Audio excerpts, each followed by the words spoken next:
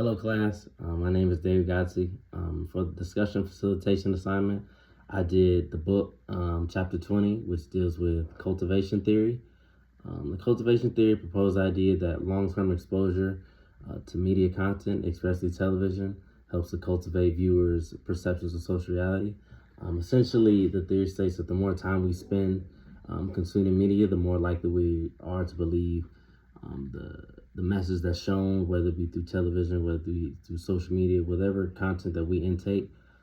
So if we watch something that deals with a lot of crime, we're more likely to think that the world is more dangerous than someone who doesn't watch that. If we watch something that is funny and charming, then we're more likely to think is that the world is more happy and go lucky rather than somebody else who doesn't watch those type of shows.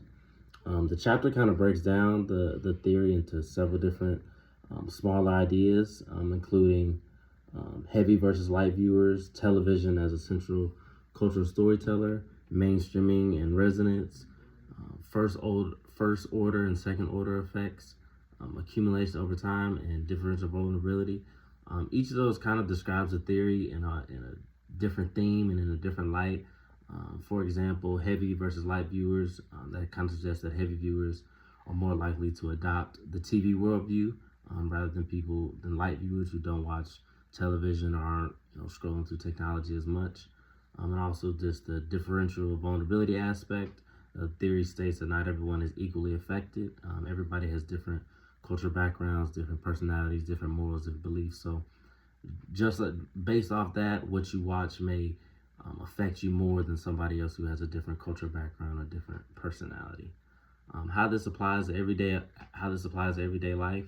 The cultivation theory teaches us and helps us better understand mass communication by explaining how long-term exposure to media content influences people's perceptions of reality, social attitudes, along with cultural norms.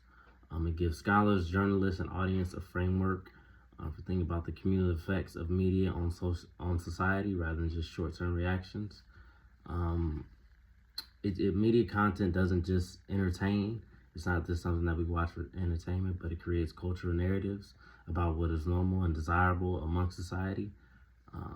The theory also highlights the importance of critical media literacy, and how in teaching people to recognize the influence of the messages that we watch. If we continue to watch the same message, continue to watch the same content, we learn that the type of influence that it has on our lives, and that in turn affects the influence that we have on other people's lives and the influence that we have on our own life.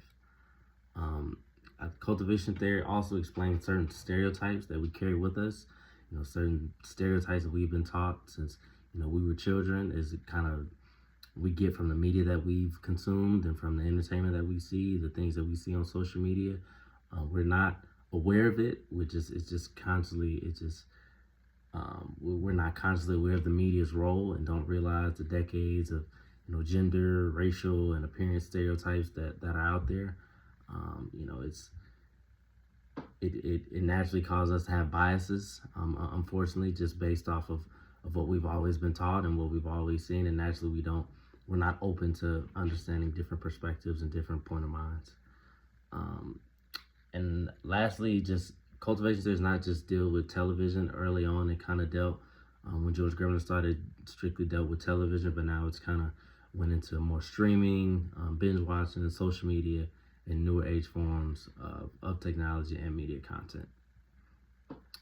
Some questions that I have, discussion questions, are: how does binge watching a certain type of genre cultivate particular worldviews? How does repeated exposure shape our beliefs and fears? What responsibilities do media creators have to the public?